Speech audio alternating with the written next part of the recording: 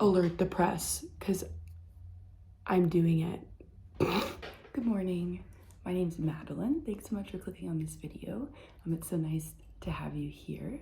I'm, like I just said, Madeline with Knit with Madeline, and this is my first video or knitting podcast on YouTube. So since it's my first video, I'll go ahead and introduce myself, and then we'll jump right into the knitting content. Before I begin, I just want to say that I know that not everybody has the desire or the time to sit and watch a long video all in one piece. So I went ahead and I made chapters in this video for each part, from finished object, whips, acquisitions, and then within those sections, little pieces about specific projects. So if you're just here to look at one thing, I will not be offended. I totally understand. Just go ahead and click wherever you'd like. But again, I just want to say thanks so much for joining me here today. So let's just go ahead and get started. I'm just sitting here drinking some coffee. It's early in the morning. I hope the lighting and the sound and everything is okay. I'm sitting in front of basically my front porch window. I'm living currently in Belgrade, Serbia, which I'll talk about in just a moment. There aren't very many nice or picturesque places to film in the apartment that I'm living in, and the best lighting we have, especially in these winter days, is sitting in front of these big windows, and I'm literally looking at the sidewalk in the street, and I'm seeing everyone pass by, which is slightly mortifying for me. So I think that'd be a good time to jump into the introduction. Like I said before, my name is Madeline. This is my channel, Knit with Madeline. If you're interested in the things you see here, my Instagram is the exact same handle, Knit with Madeline. Please feel free to connect with me. The purpose of me starting this channel and sharing my knitting and the development of my knitting abilities stems from the desire to be a more active part of the knitting community on the internet, specifically on YouTube and on Instagram, more or less. YouTube is such a good platform for sharing knitting because there's something about the spoken word and being able to show the things that you're knitting and the progress of them in motion and in life, as opposed to just a still picture on Instagram. So that is one of the main desires for me to start this knitting podcast. I also really felt Rachel from Night Sky Knitting Podcast, which I will link down below, when she said that her podcast is sort of an outlet to talk about fiber arts and knitting that the people in her life might be annoyed by over time. And I definitely feel the same sentiment. I don't really have any knitters in my life, especially immediately around me right now. And so nobody to kind of like geek out with and talk about knitting and fiber, which is definitely a new love in my life. So I'm just hoping to be a more active part of the knitting community and hopefully build a little small community on my corner of the internet. So with that being said, I would love if you're watching this video and you feel so inclined to maybe introduce yourself in the comments. Let me know a little bit about yourself, whatever you're comfortable sharing, and why you knit, what brought you to knitting, what stage of knitting you're in, beginner, intermediate, advanced, however you'd place yourself. And with that, I'll go ahead and share some of my knitting background. So I learned to knit when I was very young. My grandmother is really the only person in my family that's a prolific knitter on both sides of my family. On my father's side, my great-grandmother is a crocheter, but not a knitter. So she was the only person. She cast it on for me. She taught me a knit stitch. I made a little square, and that was that. I really was like, all right, cool, and never really came back to it. And then I've always been a maker, so to speak. I was more drawn to visual arts for most of my life. I love to paint primarily and to draw. You'll see none of my paintings or anything here, but I see myself doing this podcast for quite some time, and so when I'm back in America, in my home, you'll definitely see some of my artwork in a nicer and more put together background than simply just this wall and door. I would say about a year, maybe it's been a year already, I think it was, when I was living in Arizona, which is where I'm from, that's important information, not just random. We'll get back to that. I started knitting. I knitted a pair of socks. This was my first thing I knitted. I just really wanted to. I don't know why. I think I came across RJ Knits on YouTube. And that was that. And I actually found the little remaining ball of yarn when I was moving or preparing to move to Serbia. And I love that yarn and I have no idea what it is. But the socks, they're fine. I loved wearing them. They fit well, which was kind of a success. And then one day I found one in the dryer and that was that. That was history for that sock. And then I kind of put down knitting for a while. I think this is a good segue sort of into my personal background and my knitting journey kind of when they coalesce. So I'm currently a graduate student. I'm a PhD student. I study East European history and cultural history. I specifically focus on Southeast Europe or the Balkans, which is why I'm here in Serbia now on a Fulbright grant. So if you have any questions about that, I would be more than happy to answer it. It's very rare that you find, there's very few of us that study Balkan history in the present day. And there's not too many resources online about it. So I wouldn't mind if you have any interest in that whatsoever to be a resource about that. So just let me know either down below, or if you feel more private, go ahead and shoot me a message on Instagram. A little sippy.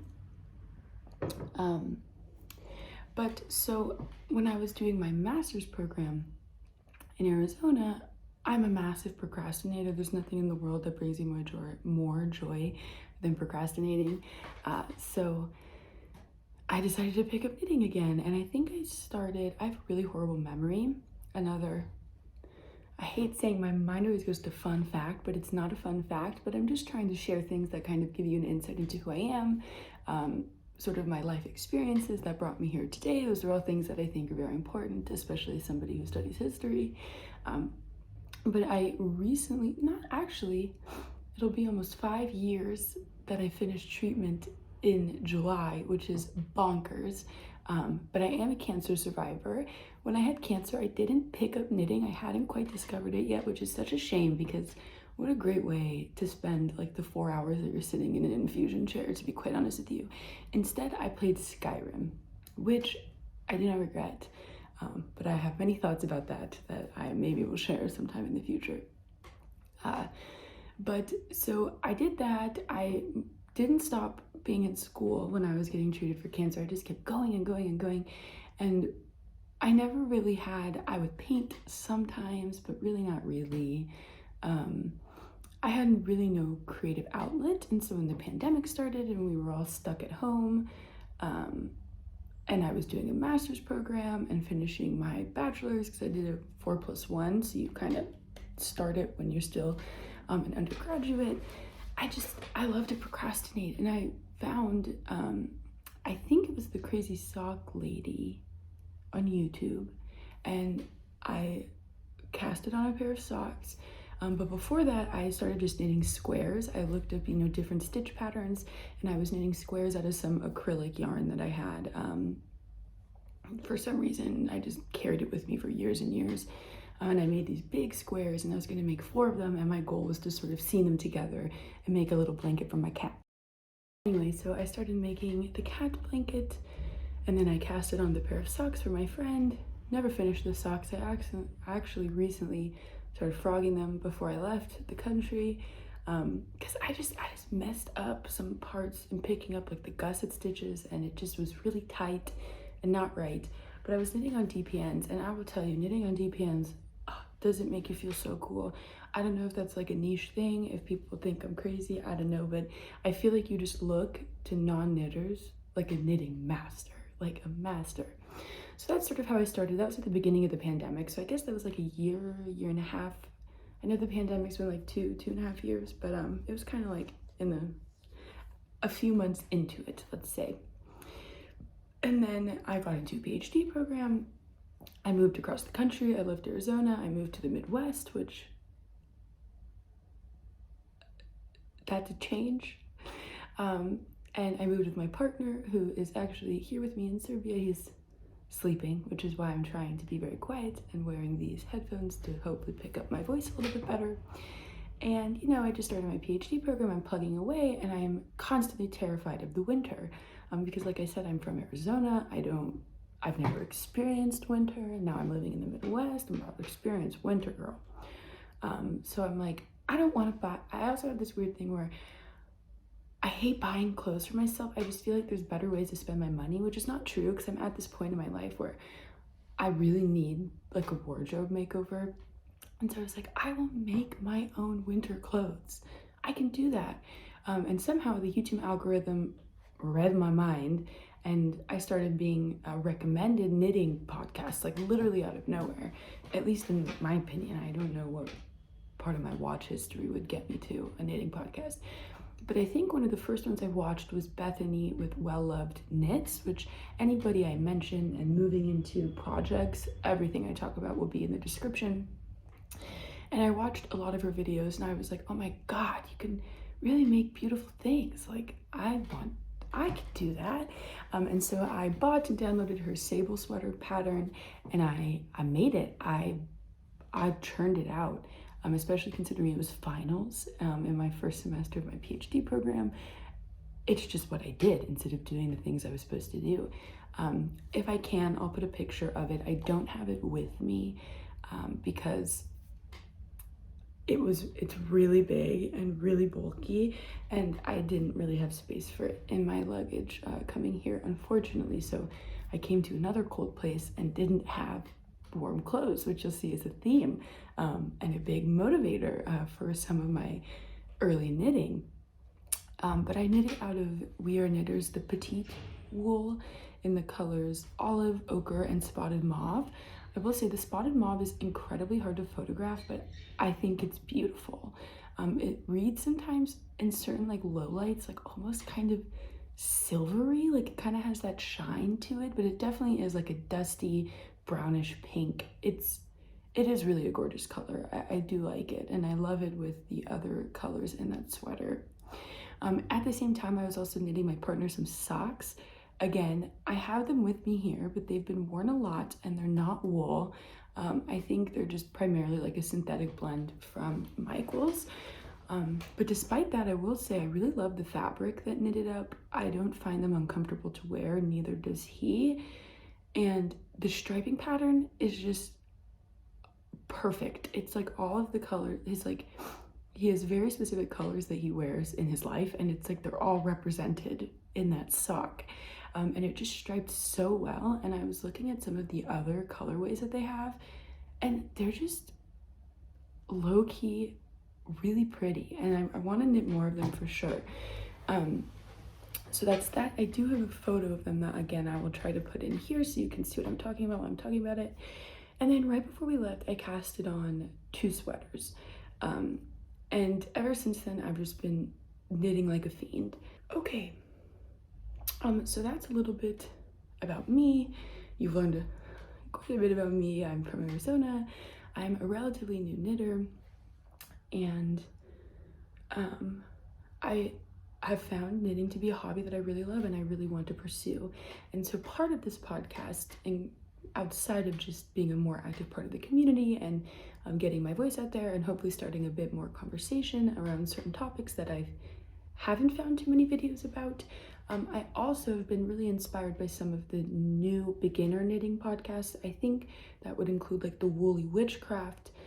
There was another podcaster that was based in Canada who was also a new knitter that I just loved, and I know I subscribed to them, but I haven't seen any of their videos, and I forgot their name, which is horrible. So if I can find it, I'll do some research. I'll definitely put them down below. But I also think Heather Hops qualifies in that category. I haven't watched her from the beginning of her podcast, but from my understanding, the idea of her podcast was to document her knitting journey, so to speak. And so on a similar note, I really want this podcast to not only be being more active in the community, but I also want to be able to document sort of my growth as a knitter, the things I'm knitting, the fibers I'm using. I have a really horrible memory, so I started keeping this little journal, and I have these little bookmarks that I had before I really became a knitter, and they're so cute. They're little sheep. Look at them. And is that like a llama or an alpaca? I don't know. I've a lot of room for learning, and so I want to be able to learn together with the community and document that, and also hopefully show other people, as many others have done on YouTube, that even if you're a very beginner knitter, that there are so many things that you can do, and you just have to jump in and try it and start it, and it's so incredibly rewarding. So on that note, I think that's a good segue into some of my finished objects. Besides the one that I mentioned at the beginning of this podcast, I think the best one to start with is what I'm wearing right now. This is the Aosta Sweater by the Sophie Hemming, I believe is her name, or the Knit Pearl Girl. She can be found on Instagram. I didn't write down too much about this because I started it before I got this journal, I'm not gonna lie.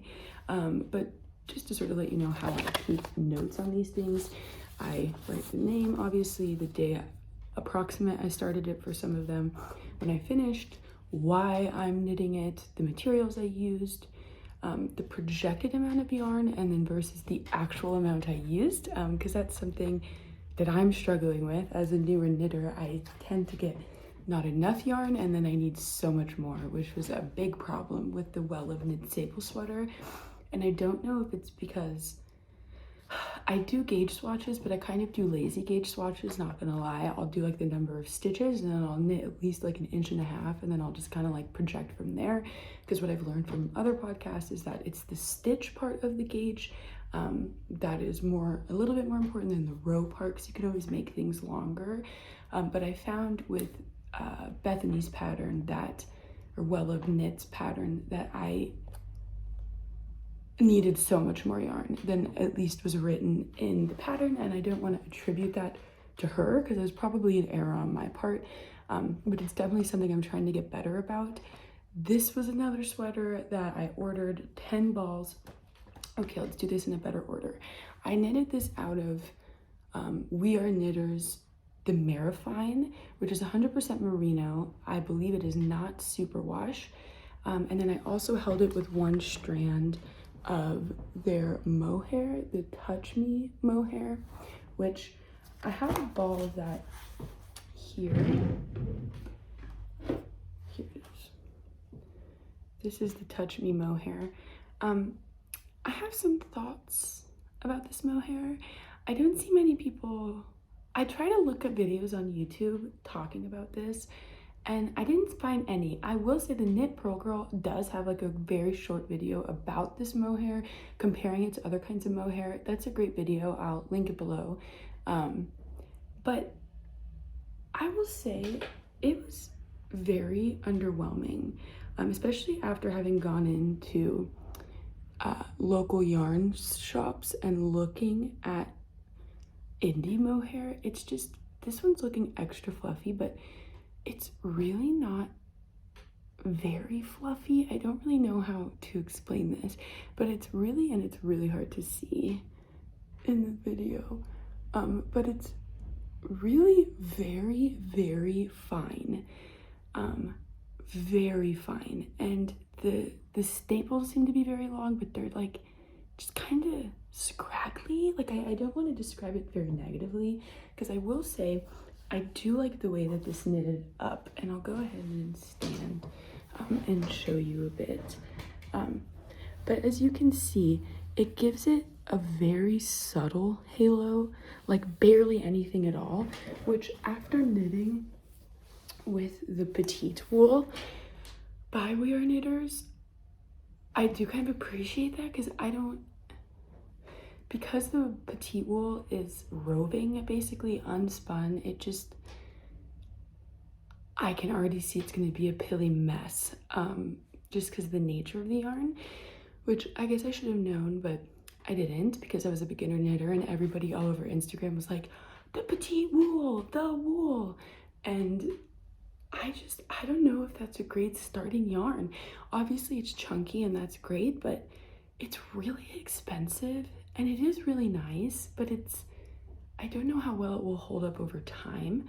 And especially for your first knitted item that you probably want to keep forever, I don't know how good of an option it truly is.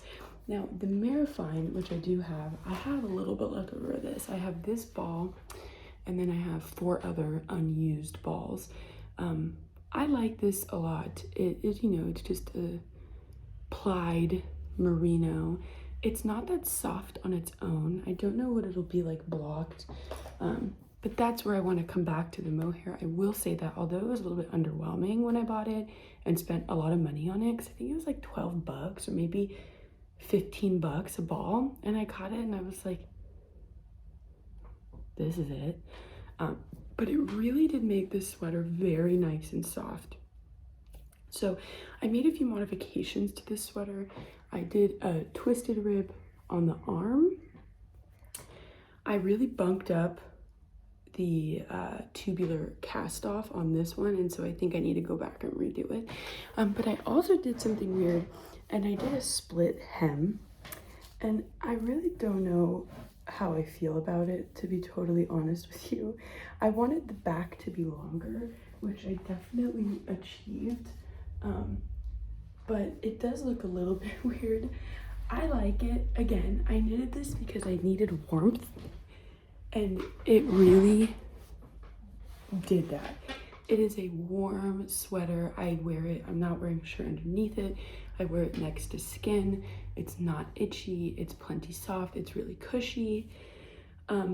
Again, this came out a bit bigger than I expected, and I didn't really know the amount of yarn I would need. I think mostly because the pattern is written for something like the petite wool, and I just didn't want to use it again. I'm going to be totally honest. It was really expensive. I wanted something that would pill less, so I did the Marifine. The Mary wool is what is used in the pattern, though Sophie does recommend using the petite wool. But I found the Mary wool to be very expensive, and I just wanted to do something cheaper, but that was still merino. And so the Marifine is a different weight of yarn than the petite wool, and that kind of led me to just like being like, I need to knit a 1XL. And then I was like, no, I think I'll do a large. And so it was kind of vacillating, and so I casted on the stitches for the large. And I will say, I love this folded over collar. It's so cushy, it's really warm. I love the way it looks, and I do love Sophie's yoke. Like the Crayabea podcast said, or what is her name? I'm blanking on her name, I'm so sorry. But the Crayabea podcast, she was mentioning that she loves the way the shoulders look, and that's like, how weird is that? But I do agree. I really do love the way the shoulders look. It's a pretty deep raglan, and you have more of a balloony sleeve, which I think is lovely. It's still a lot smaller than my Sable sweater by Well of Knits. And again, I think that's because I was waffling between the either 1XL or the XL and the large, and I cast it on for the XL, and I was like, now, and I made it smaller. This one I cast it on for the large, and then I knit it as the large, hoping to get a medium. And then my armholes ended up being like a 1XL, because I had, I think, it's a paper pattern, so I don't know how much I can really say, but I had the number of stitches for the 1XL, and then I was like, that'll be way too big, so I brought it down to the large size. And yeah, I definitely like it. So you can see it's a bit oversized, which I do love, but I do think that moving forward, I want to knit sweaters, at least a couple that are a bit closer fitting, to wear under jackets and to just have some variety in my life. So that's my first finished item. I finished it, when did I finish it? No, my sticker got bent. I finished it on February 1st. So this is my first cast off of February, but not of the new year. The first thing I cast off of the new year, which you might be like, girl, you're crazy. I'm crazy. I knit the Slipstravaganza by Stephen West. Okay, everybody tells you that his shawls are huge and they're like a blanket, but nothing will prepare you for how huge they are. It is absolutely massive, and I am a tall person. I'm like a couple inches shy of 6 feet tall, and it's almost longer than my wingspan, okay? So this is unblocked, this is unblocked. I don't have blocking materials. I have a wool wash, but I can't find a blocking mat anywhere. I went to basically a yarn store, it's like a craft store, and they don't have it. It seems really hard to find, so I'm gonna have to figure out a creative way of how to block without a blocking mat. And I have wood floors in here and not a big enough rug. So if you have any ideas, let a girl know. But so if this was blocked, boy, would it be better looking. But let me just show you. So you have the honeycombs, obviously, and then you have these really pretty holes, basically. I mean, they're much bigger than eyelets. And then this is one of my favorite sections here.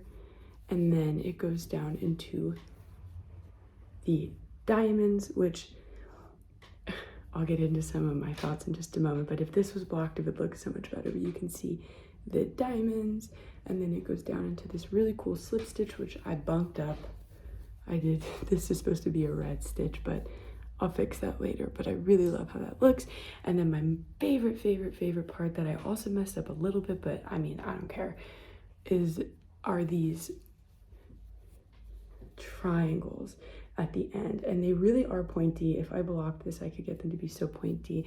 And it also has those eyelets there, you can see. I put my finger behind. I can't believe it. I can't believe that I have this. This was a mystery knit along, not the most recent one, but the one before. I love this. When I saw this one, I was like, I have to have it. I have to have it. Oh, there's the back. I did the weave and Steven, but girl, I still got ends, okay? I got ends. So a few thoughts about this. I knitted this because I wanted to prove to myself that I can do a pattern that I look at and I'm like, I can't do that. I can't do that. There's no way I can do that. That's for like advanced knitters.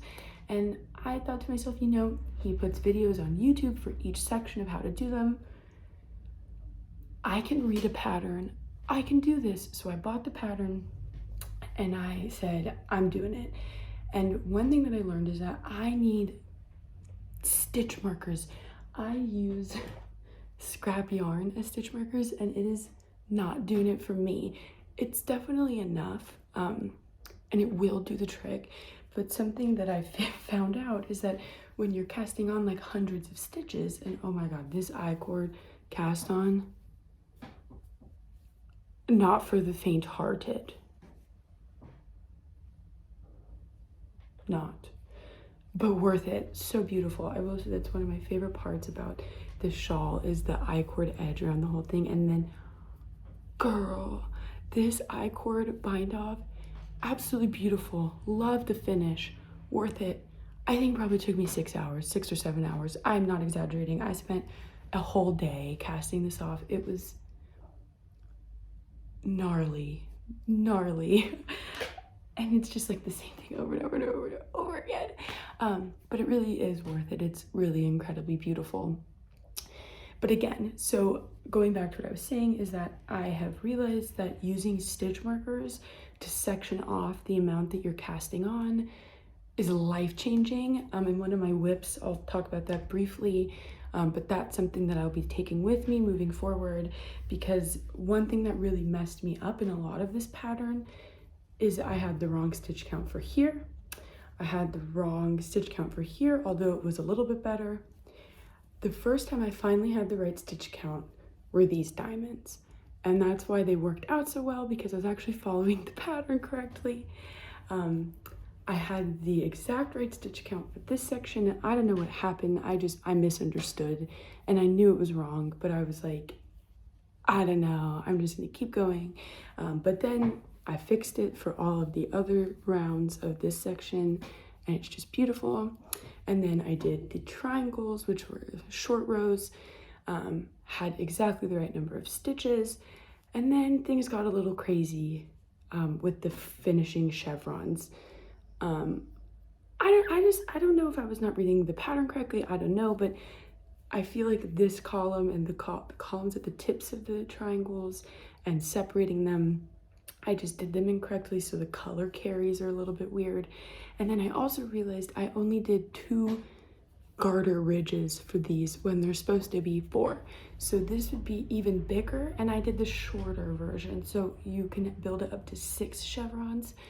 I did 3, and I did 3 that are half the size of what they're supposed to be, which once I figured it out, I was already on the 2nd chevron, and I was like, at that point you have like over 900 stitches of fingering weight yarn on 4 mil US 4 needles, and I was like,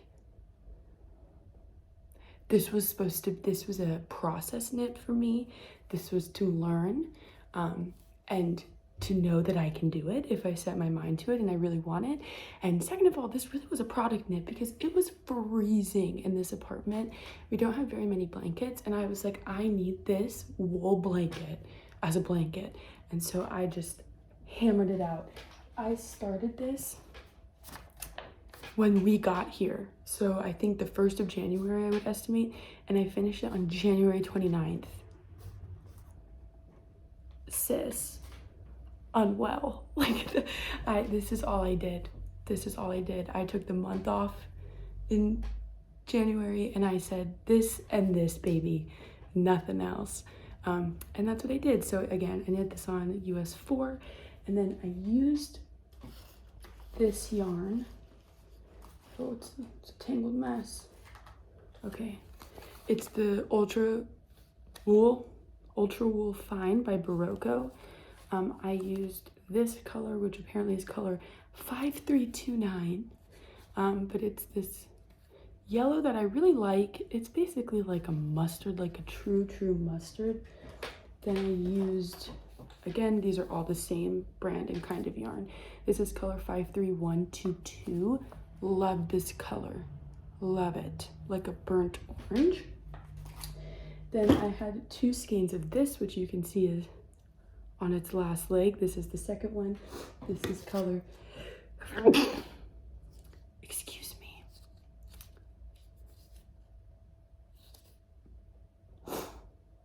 53145, and this is all 100% superwash wool. And then I also used, oh, is that the right color? I don't know, because I also used this one, and I'm missing the, oh, here it is. Okay, so I used this color too, which I love this red. This is like the truest jewel tone red that the world has seen, or at least I and the world have seen. And it's, okay, I'm not certain, because I have the ball bands off for both of these. So again, one of them is 53145 and one of them is 53139. They're very different, so I'm sure you'd be able to find them at a yarn store or on Barocco. Which brings me to the 2 final things I want to say about this shawl. Okay, so before I moved to Serbia, I promise this is all related. I'm gonna put this to the side because it's really warm and I'm already really hot, but look at it one more time. Like, it is, oh, that was my back. It's massive, I cannot believe I made that. So some final thoughts about that. Like I mentioned before, I moved across the country. Before I came back here, I had to go back to Arizona from the Midwest. Given the pandemic and I needed to bring my car home, I decided, like, I drove, my partner and I drove, we drove in separate cars. I went with him through Texas and then went back to Arizona. And on the way, I was initially going to be driving by myself the whole way, and I was like, I found a little function on Ravelry where you can basically put in a road trip and it will tell you all the local yarn stores on the way. And I was like, I'm going to all of them. And I didn't. Our changed route highly limited the number of yarn stores I could go to. But on the way, I stopped at the McKinney Knittery, which I'll talk about in a moment when I show my whips. these are the main ones I stopped at that. And then I stopped at one in Tucson, Arizona, and I cannot believe, I think it's called my grandmother's spinning closet, something like that. I'll put it somewhere. And that was in Tucson, Arizona. And I thought to myself, I was like, you know, I want to knit the shawl. I know the shawl isn't going to be perfect, but I kind of wanted it to be a memento of like my first shawl ever, my first Stephen West pattern ever, and me coming home to Arizona. So I decided that I wanted to pick out like a color story that was very Southwest. And so that's why I chose those jewel tones and those specific jewel tones. When I went to the yarn store, they didn't have, for a reasonable price, and for the weight I was looking for, they didn't have too many options. They had a lot of Barocco colors, and I was gonna go kind of a different direction, but then the women at the yarn store were absolutely wonderful. They helped me pick them out. They really liked these colors. Some of them wanted to see the yellow as the main color, the orange as the main color. I was like, no, I want it to be this blue. And one thing that I learned, I actually will bring this back. I learned a lot about colors that I want to work with and how I want to work with them. So for example, I don't like this. This reads to me very Hogwarts, and I know this might make me massively unpopular, but I am not a big Harry Potter fan. I've seen all the movies, I started to read the books, and then I got past the second one and I was like, this is not that good. I don't know if I want to say that on the internet. I guess now it's acceptable because J.K. Rowling is a checkered character, to say the least. I don't like this. I'm gonna avoid mixing mustard and maroon because I learned that it reads Hogwarts and I don't like it. Second of all, though I love this blue, I don't know if I love it as a main color. I do sometimes when I look at it, and then other times, I don't know. And then, I don't know, that's how I feel. And then the final note is that this yellow is not the right tone. It's not what I was looking for. It reads very mustard. And I really think the standout colors for me, and the reason why I love these diamonds so much, is the standout colors are the orange and the red.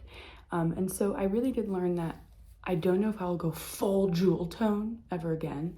And if I do ever go full jewel tone, I will do it in a different way that, one, doesn't read Hogwarts, two, really considers how the main color will work with the contrasting colors, and then three, really be a bit more careful about my contrasting colors and maybe try to go for something that goes together a bit more classically, and then have one really like standout contrast color. So if you have any thoughts on combining colors, putting together sort of a color story, I would love your thoughts.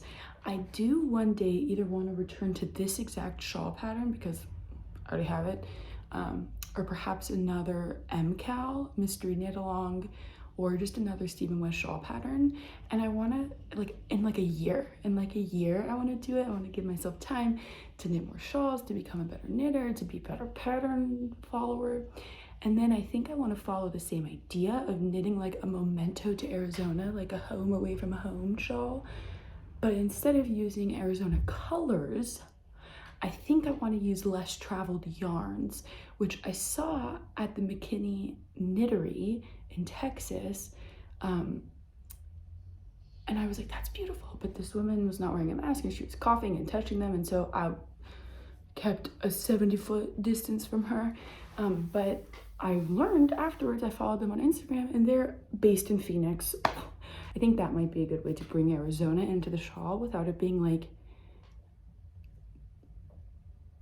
kitschy Southwestern colors. I don't know. So those are my thoughts. I think those are all my thoughts. Okay, so now time for whips. I'll try to keep this short. I do have a sock going. I'm not gonna show it. I'll show it when it's done. It's my first rib sock. It's in Patton's Croy in a beautiful colorway, so I'm excited to show that.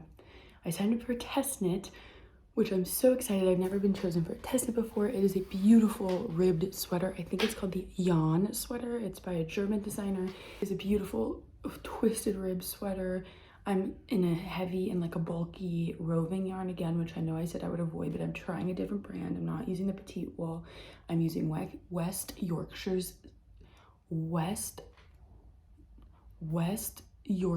Spinners Retreat in a really beautiful colorway that's kind of out of my wheelhouse a bit. However, I ordered it like a week ago. It's not here. I don't really know how the post works in Serbia. I don't really have like a real mailbox. I don't even have access to my mailbox. So I'm gonna swing by the post office in my neighborhood today and be like, is my package here? Do you speak English? That kind of situation. But that'll be coming. You'll definitely see pieces of that because I'm allowed to share it. So I will be sharing it.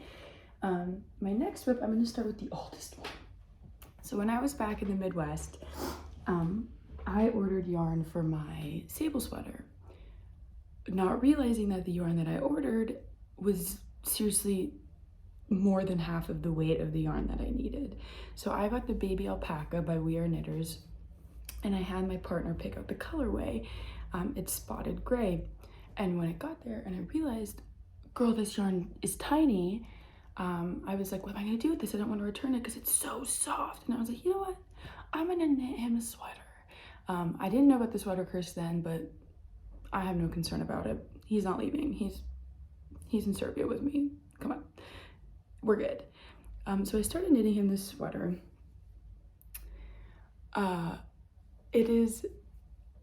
I'm winging it. I was like, I've made one sweater, I can do it without a pattern, which I could. And I know it looks tiny, but it actually fits him really well. It basically just has garter ridges every third row. And when it's stretched out a bit, like when it's blocked, it's actually really beautiful and it looks really good on him. Oh, okay, so the supermarkets in Serbia are doing this thing where if you get 40 of these stickers, you get like a $2 knife, like a Kun Rikon knife. And we are so close. We only need like 10 more stickers. Here, it's right here. We only need 10 more stickers. And we have to do it by the 20th of February. And I just found 2 more stickers. Yeah. I'm gonna get that knife. That Swiss knife. But anyway, so I just did kind of like a crew neck. Again, the garter ridge, it's a raglan. It fits him beautifully actually, and like the width, it fits him like how he wants. The only problem is I knitted it and I got 10 balls of yarn and I was like, enough. And I started knitting it, and I was knitting it like crazy when I was in Arizona because I wanted it to be done before we left because that was like right around Christmas time, and I was like, this will be your Christmas gift. So I knitted it this long. That's what I did. And I was like, it'll stretch. Don't you worry, it'll stretch. And then I was like, I'm gonna stop it here because I want to do the sleeves because I really want the sleeves to be long enough. Like that's really important to me. And like when I tried this on, this is like a crop top on me, okay? And I showed him and he burst out laughing. He was like, Madeline, I'm sorry, but no. And I was like, but partner, I'm not gonna have enough yarn. Like I don't have enough time to order more yarn, and they don't ship to Serbia. So I'm like, what am I supposed to do? So I also had to take the cord out because I needed it, and I didn't put in scrap yarn because I was feeling crazy and I didn't have scrap yarn, and whatever, there is scrap yarn in this arm. But what we decided is I have 4 more balls of this spotted gray and what's left of this one. So I'm going to rip back the cast off edge. There are a bunch of people right out in front. And I'm gonna add basically those 4 balls there as much as possible. And then I got, with my yarn order for the test knit, I got Drops Pima, which is 100% alpaca. It seems to be a similar weight, and we got it in like a dark gray color. And I'm either going to do stripes on the arms and maybe the second half of the body, depending on how much I need. And, or I'm just gonna do like a color block. And that should get this sorted, but I cannot stress this enough. This is the softest effing sweater. It is so soft. It's like a baby blanket, and boy, was it expensive. I know it looks weird, but I'm telling you, when this is blocked, this is gonna look so nice on him, and I'm gonna be so proud of it because I made it all by myself for my sweet boy. I'll definitely take pictures of that on him, put it in when it's done. I'm hoping to get that done hopefully by February, because that's a very celebratory month for us. It's a birthday and it's an anniversary. So, okay, and then moving to my last two final whips, which I'm so excited to talk about. I can't even. So on my little yarn buying trip, when I was at the McKinney Knittery, I already balled this up so you can't really see it. If I can, I'm gonna go ahead and put in like a photo of it in the hank because it's beautiful. It's Hedgehog Fibers Liebling in their sock yarn. It is just gorgeous. The one problem is I was like, okay, I have one ball of this, and it's like, you know, it's like 400 meters, like it's a lot, but not enough. Like, I really wanted to make a balaclava because I hate wearing hats. I'm gonna put it out there, unless I am bald, which I have been, I don't think I look good in hats. I don't think I pull them off. It makes my hair look weird, and I usually wear my hair up in like a spider clip. I just don't think it's for me. So I was like, I'll wear a balaclava because I love the way that looks, and I wrap. My mom gave me a shawl to take with me. I wrap that around my head, and I love it. Like a little babushka. Like babushka moments are the moments for me. Personally, I don't know about you, but let me know if babushka moments are for you. My family is from Eastern Europe, so I feel like it's in my essence to be a babushka moment. But I didn't know if this color would really work with my skin. I'm really very fair. I can't stress this enough. Like, I'm actually a see-through person. And so I tend to try to do kind of darker colors around the face, and I just didn't know. So I decided instead, because this was a really special yarn to me and I just think it's so beautiful, I decided to knit Jessie Maed Designs by Jessie May, the Ripple Bralette. And I cannot stress this enough. This yarn is beautiful. I don't know if it will pick up very well, but how to describe this? So it's definitely like a white or cream base, and then it has these longer sections of this beautiful, I would describe it almost like a purple leaning periwinkle, but it's incredibly light, and it's just absolutely gorgeous, like gorgeous. And then mixed into it, it seems like the speckles are like kind of like a brown. I don't know if it's just a dark purple, but it reads kind of brown to me. Definitely a dark purple. These bright orange flakes and bright pink spots, and yellow and some blue. And, you know, some of my ribs are just kind of like the periwinkle, like just kind of plain periwinkle. And then some of them are like, bam, you got color. And here you can kind of see the blue, focus.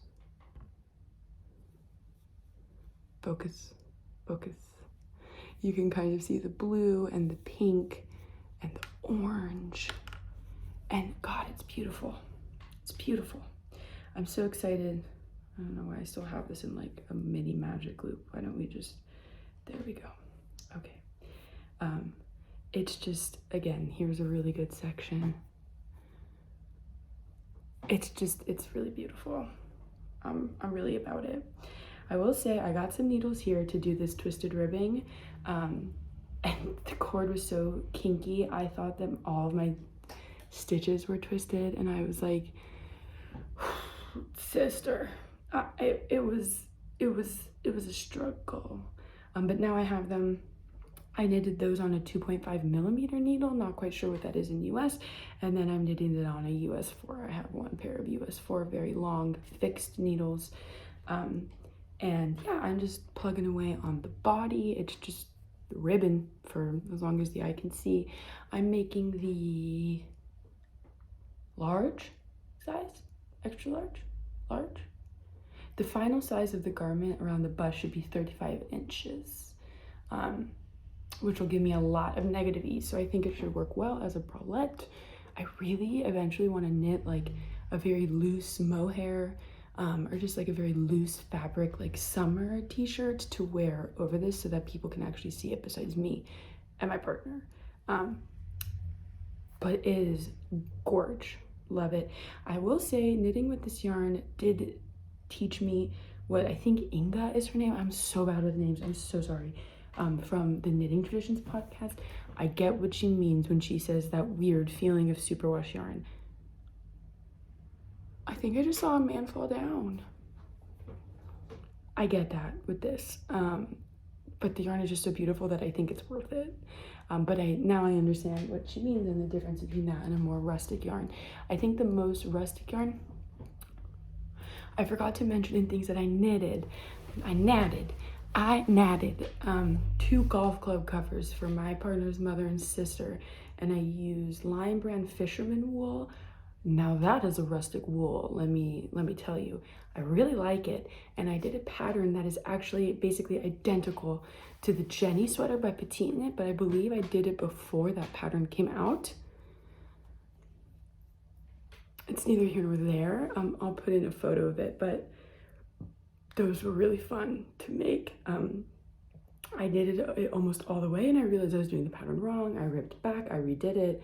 Love the way it looked. So if I can find like a semi-decent photo, I'll put those in. But comparing that feeling in the hand to that, really incredibly different. Now in my final whip, which is my most recent acquisition, I did get some more yarns on my Great American road trip.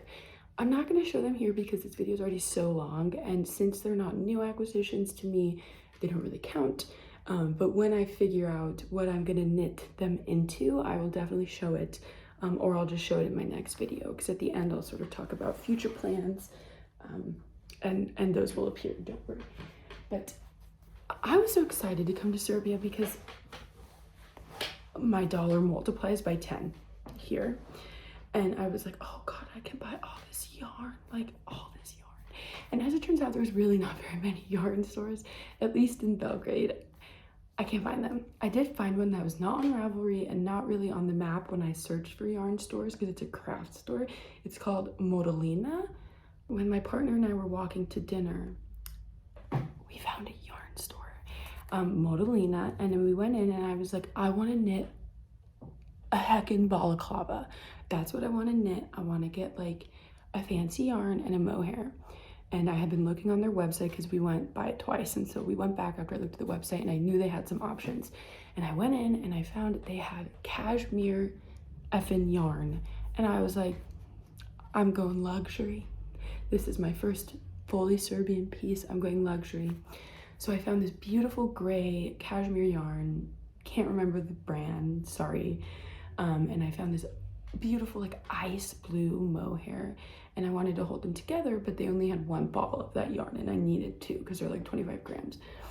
And the store clerk was picking out kind of more cashmere yarns for me to look at, and she pulled out this one, and I was olive green, this like khaki olive green. It is the color for me. I love this color. And this is a concept by Katia, and it's not full cashmere. I will say she also took out a cash angora yarn, which was like half or like 70% cashmere, 30% angora. Get out, get up, go through the door and get out, because I should have gotten that, but I didn't. I got this instead. I got 3 balls of this. It is color 207. I know that means a lot to everyone. It's 70% virgin wool and 30% cashmere. So the cashmere level, we went from 100 to 30 really quick. But when I tell you this is soft, I mean this is like a cloud. Like I'm kind of a dramatic person, but I'm telling you right now, this is a dream. This is so soft. If I can knit, I would knit a cardigan out of this, stocking knit. I would do it, because the way it feels when it's knitted in stockinette is like, no words. It's like laying in a heavenly pile of heaven. Like I'm being so dramatic, but it's so Wonderful. So what am I making with it, Maddie? Let's get to the point. So when I got it, I had in mind that I would make my favorite things knitwear scarf number 1, because I really love that. And like I said, I don't like hats on me, which really limited what I could do with like my one skein of fingering sock yarn. So I wanted to make that because I wanted to like wrap it around my head again, like a babushka. That's the goal. And not really wear it like a scarf, like wear it like that. And then when I was looking at it more critically, when I bought the yarn and I came home, I was like, even the larger size of that, I don't see anyone wrapping around their head. And when I see them wrapping around their head, even if it's the smaller size, it's like bleep, like little tiny. And I needed to cover my ears, my neck. I needed something more. And so I was scrolling through Instagram and I came across Sari Nordland's, I think relatively new pattern, the Laulu Shawl. Might be saying that wrong. And I was like, I don't know how I feel about that. It looks kind of hard, but I bought it, girl, and I'm doing it. Alert the press, because I'm doing it.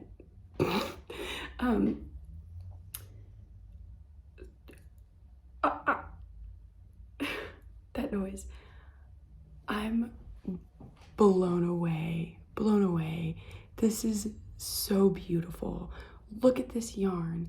This is fancy. And like I'm telling you, these stockinette sections, they're so soft. I can't, and like knitting with this, it feels so good in your finger. It does kind of feel almost too soft, like almost cushy. Like you have the feeling of like cushiness like on your fingers like afterwards. It is so lovely to knit with. I'm knitting this on a size US 6 4mm needle on a pretty long cable, definitely longer than what I need. And again, you'll see my really lovely stitch markers. I have never done cables before, ever. I didn't even think about it when I bought this pattern. I just bought it and I was like, I'm doing it. So I casted it on. I'm really proud because I got a really pointy end. When I first started, I cast it on, I knit up like to here and it was like kind of round. And I was like, am I doing a make one left increase wrong? And I like thought about it because I've knit 2.5 raglan sweaters, so I know how to do that.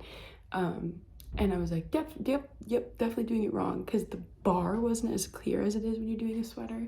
And so I torqued back, I cast it on again, and I'm so happy I did because I got this beautiful pointy end. Even that, obsessed. And then it has a garter ridge border, and then it has cables, and it also has eyelets. So I'm not really certain how well the eyelets, let's see if I can do something here, how well the eyelets are going to turn out in the end. But I just think it will be beautiful. And the cables, and so Sari Nordland said that the point of the shawl is like the word Laulu is the Finnish word for song, and the idea is that it's supposed to mimic a song because the cables kind of start and end, and sort of like a flitting, like I hope that's a word, fashion, kind of like a melody of a song. And it is just, I'm sorry, I can't get over it. I don't really even know how to block this. Like I don't really even know. If you have any tips, if you've knitted this before, if you have any tips whatsoever, let me know. And also, does this qualify as lace? Because it has eyelets? Is that what makes something lace? Because if that's the case, I'm checking things off the list, baby, with this little, it's a kerchief, I think, technically, but it is called a Laulu scarf. I'm pretty certain the pattern, again, everything will be linked. But at first, when I started doing this little cable down here, which isn't really a real cable, I was like, that just looks kind of scraggly and weird, but it doesn't. Now that it's with the other ones and you can see that it's just kind of like a vloo, like a one of those. This is beautiful. It's really hard to translate in a photo, but if you have any doubts and you wanted to knit this in person, this is gorgeous. And again, it's so soft and I think it's going to be so warm and the color is going to be right. My partner was like, it looks like a big tongue. Kind of does. I'm obsessed with this. I can't, I have to put it down and stop talking about it because I'll talk about it forever. Like I said, I've never knit cables before. I'm not following the chart because charts confuse me and I need to, that's something I need to work on. But Sorry Northern provides a written pattern for the chart, which is incredibly helpful. And I've just been following the written pattern. I cross off each row as I go. Seriously, I can't stop knitting that. Like, it feels so good. And you know when you learn something new when you're knitting, to me this is like magic. Like every row I do and it comes out and I look at it, I'm like, how did that even happen? Like, this is magic. Like, I can't even wrap my mind around it. Like a raglan, like, okay, now that I've done a couple, I can wrap my mind around it. I get it. It's not magical to me. I'm like, all right, you put it here and here and you increase it and you have a line and that's the raglan and that's how you get a sweater, at least the yoke. With this, pure magic.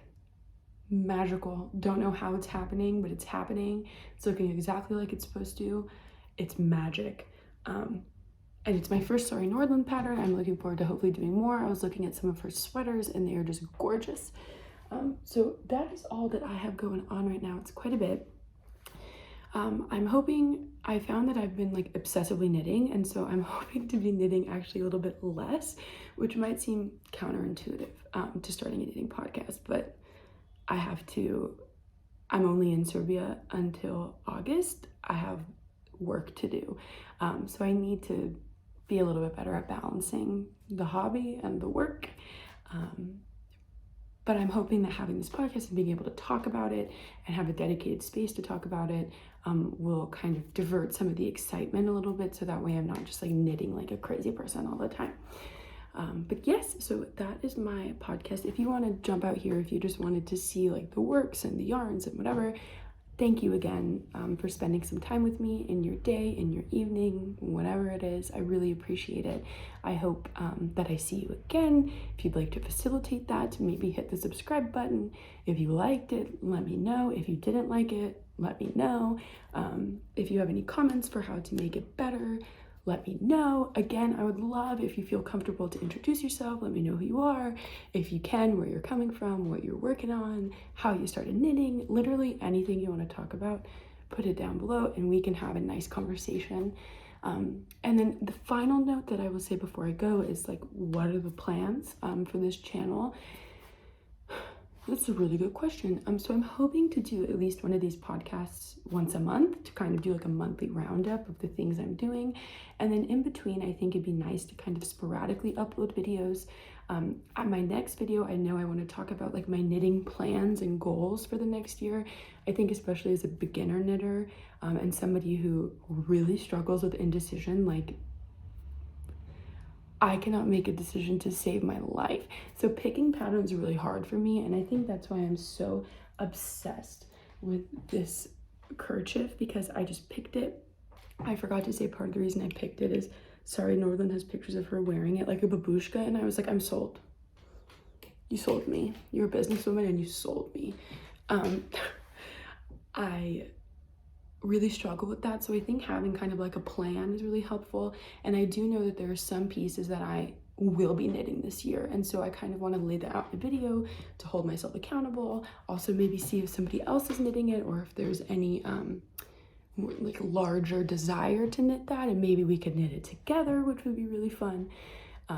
And have like, you know, like a little Discord or a Slack or something to talk about it. That would be so fun. So I think I'm going to do sort of like a make 9 for my next video. It's not going to be 9, probably. And instead of doing like, these are the patterns, I kind of just want to talk about the types of items I want to be knitting and the kinds of materials I want to be using, and colors and things like that. So I think that will be my next video. And then I also would be interested to talk about, within the knitting community, but outside of like literal knitting itself, I think it'd be really interesting to talk about sort of like the commodification of handmade knitwear. You know, companies like We Are Knitters, Wool and the Gang kind of open up a dialogue about that. Not because I think they're like horrible, evil companies, but I just think they kind of have a monopoly on like beginner knitters of like the 2020s and the 2021s, and I guess now the 2022s. And they have some beautiful yarn, but I only ever see people using the petite wool. And it's like, I saw a really interesting conversation on Reddit between quote unquote self-proclaimed old lady knitters, and their sort of ideas about younger knitters and the way they approach it versus the way that these women had approached it when, you know, they were younger to now. And I thought that was really interesting. So I hope to kind of have some of those topics. I don't know if I'll put that in a podcast, because you can see a girl can talk, and a girl can talk forever and ever and ever. So I think maybe having separate videos kind of talking about more like thematic, you know, just like themes that come up in the knitting community on YouTube, on Instagram, on those kinds of things. I think that could be something interesting that I can offer. I'm a trained researcher, so I think that I can pull some things together that would be really interesting. So yeah, so that's what you'll have to see from me, at least in the foreseeable future. A monthly podcast.